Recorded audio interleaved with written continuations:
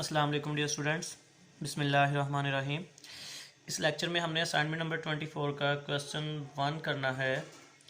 तो क्वेश्चन 1 जो आपकी एक्सरसाइज 3.4 के मुताबिक उसका क्वेश्चन है जी ये 6 और पार्ट 1। एक्सरसाइज 3.4 क्वेश्चन 6 उसका पार्ट 1 है। सवाल क्या है, if A is equal to this matrix show that A plus A conjugate का ट्रांसपोज इज हर्मिशन। तो हमने ये पहले इसका कॉन्जुगेट लेना है। कॉन्जुगेट आपको पता है अयोटा वाला साइन चेंज करना होता है। बस पहले इसका कॉन्जुगेट लेना है, फिर कॉन्जुगेट का जो आंसर आएगा उसका ट्रांसपोज लेना है। तो हमारे पास ये चीज़ आ जाएगी, ये चीज़ आ जाएगी। तो इसको हम ये जो मैट्रिक्स आ जाएगा इसको हम ए में ऐड कर देंगे। तो वो जो बाद में आंसर आना है उस आंसर को हमने साबित करना है कि वो हार्मिशन होना चाहिए। तो हार्मिशन के बारे में पहले आपको समझा देते हैं। जैसे आपके पास सिंपल एक मैट्रिक्स होता है, ये 1 2 2 3। तो आप उसका ट्रांसपोज लेते हो, तो फर्स्ट कॉलम को फर्स्ट रो बना दो, सेकंड कॉलम को सेकंड रो बना दो। ट्रांसपोज लेने के बाद भी वो मैट्रिक्स उसी के इक्वल है। तो जब ए का ट्रांसपोज दोबारा ए के बराबर ही आ जाए तो उसको बोलते हैं सिमेट्रिक मैट्रिक्स। और अगर इसी तरह ए का ट्रांसपोज माइनस ए के इक्वल आ जाए तो उसको बोलते हैं स्क्यू सिमेट्रिक मैट्रिक्स। लेकिन जो हार्मिशन होता है ना, हार्मिशन वो याद रखना है कम्प्लेक्स एंट्रीज के लिए होता है। हार्मिशन सिर्फ और सिर्फ किस पर अप्लाई होता है, जहाँ पे कम्प्लेक्स एंट्रीज होती हैं। तो ये कम्प्लेक्स एंट्रीज हमारे पास, अयोटा को हम कम्प्लेक्स एंट्री बोलते होते हैं, इमेजिनरी नंबर।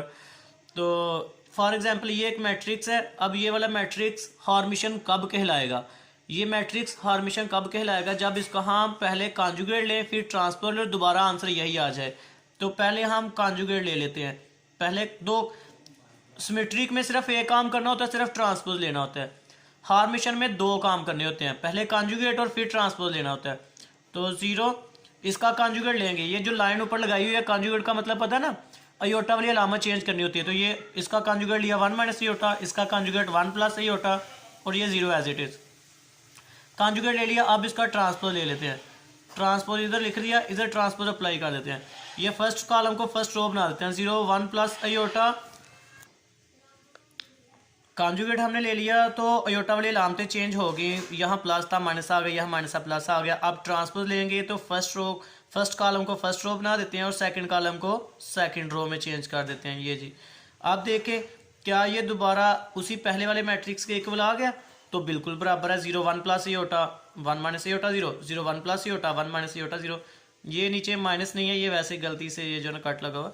उसके बाद अब आपको पता चल गया होगा कि सिमेट्री के लिए क्या शर्त थी। सिमेट्रिक मैट्रिक होने के लिए ए का ट्रांसपोज ए के बराबर होना चाहिए सिमेट्री के लिए।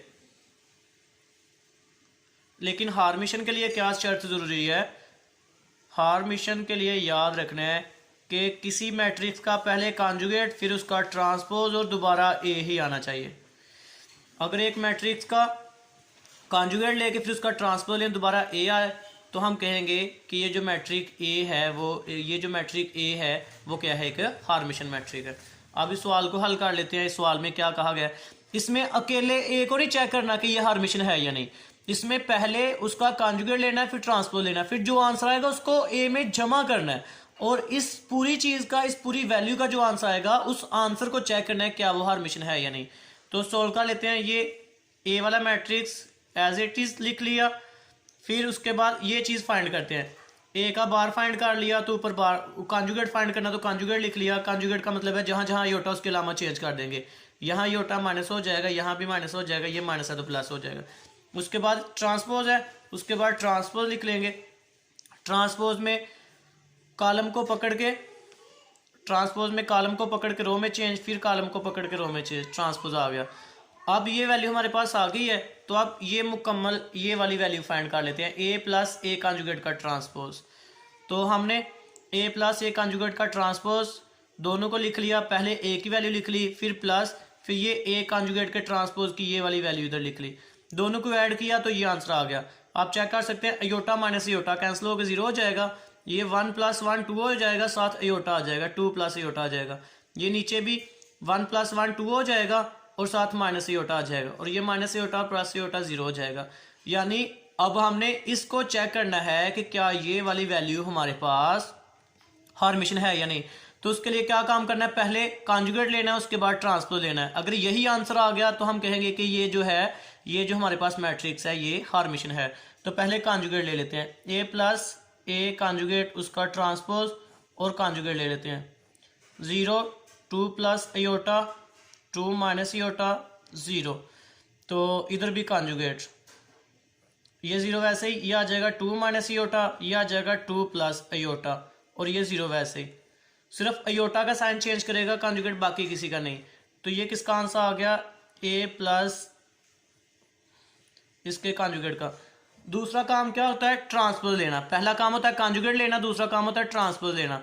अब इसका इधर ट्रांसपोज ले लेते हैं, ए प्लस ए कॉन्जुगेट ट्रांसपोज, सारे का कॉन्जुगेट। अब सारे का ट्रांसपोज ले लेते हैं। इधर मैं डायरेक्ट ट्रांसपोज लेने लगा। ट्रांसपोज का पता ना आपको, कॉलम को रो में चेंज कर दो या रो को कॉलम में। तो फर्स्ट कॉलम की फर्स्ट रो बना देता हूँ, 0 2 प्लस आयोटा। सेकंड कॉलम की सेकंड रो बना देते हैं, 2 माइनस आयोटा 0। इसको चेक करो जाके दोबारा, क्या ये उसके इक्वल है जो सवाल दिया हुआ था, ये ए प्लस ए कॉन्जुगेट का ट्रांसपोज।